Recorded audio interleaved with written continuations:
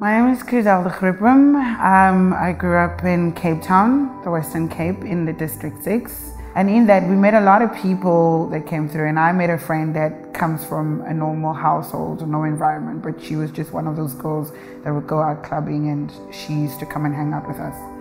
And then she left for Johannesburg to go and study at UJ.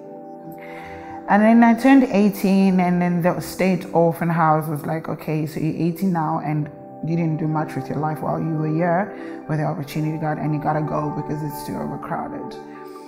And then I remember her being in Johannesburg, which was with my friend, and I called her up and I said, look, things are really bad for me and I really want to change.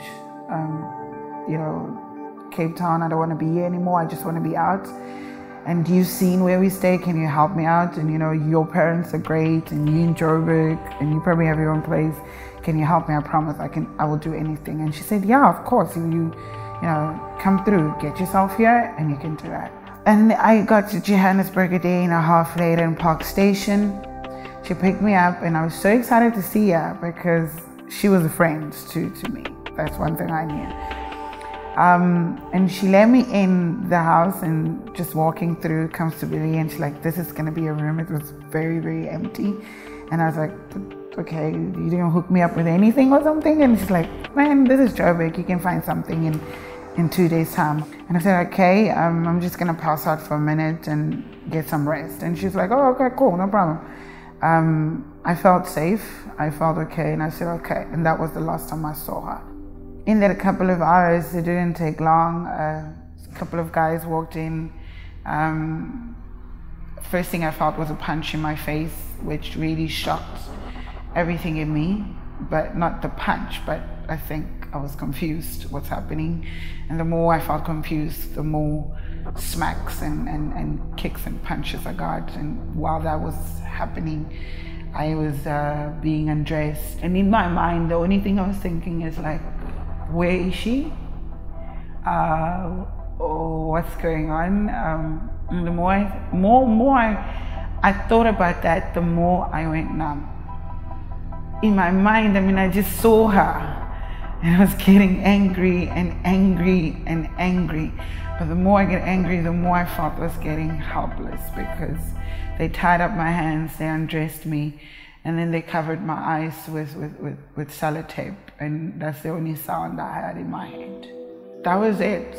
And then for a whole couple of 2 weeks, all I could do was smell and hear the sound of money and men coming in, about, I don't know how many in a day. That went on for about 2 weeks, because I counted days. And then I was exchanged with another younger girl. When they grabbed me at my neck and dragging me out around the night, and they kicked me out, and she was still screaming. I could hear she's being punched too. I got on the street and I was completely dirty. Didn't think about going to the police station because I smelled like drugs. First place I went to was in the truck area. Did what I did there sexually. And for me, it was just to get drugs so I can get away from the pain and anger. So at the escort agency I was working at in Port Elizabeth, I was pregnant with Summer. I was pregnant with Summer for like 6 months.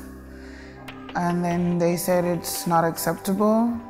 And so that forced it into abortion. And as I lay there, seeing my unborn baby's legs in a sink, I just knew something was going to change. I was held in that house for 2 weeks, but it held me in bondage for 8 years. My so-called friend used the money for me being trafficked for her university and her education. This person, I see them all the time, and they see me all the time. They see the work that I do all the time. So now I work for an organization called Embrace Dignity. The word really captured me on dignity. who's embracing my dignity. And so I wanted to find out what do they do. So I go ahead and find a lot of fulfilling when I tell a story on my story. I think the most fulfilling part is when people really have heard the story and come back to me and say thank you so much. I mean, you have said something that really helped me.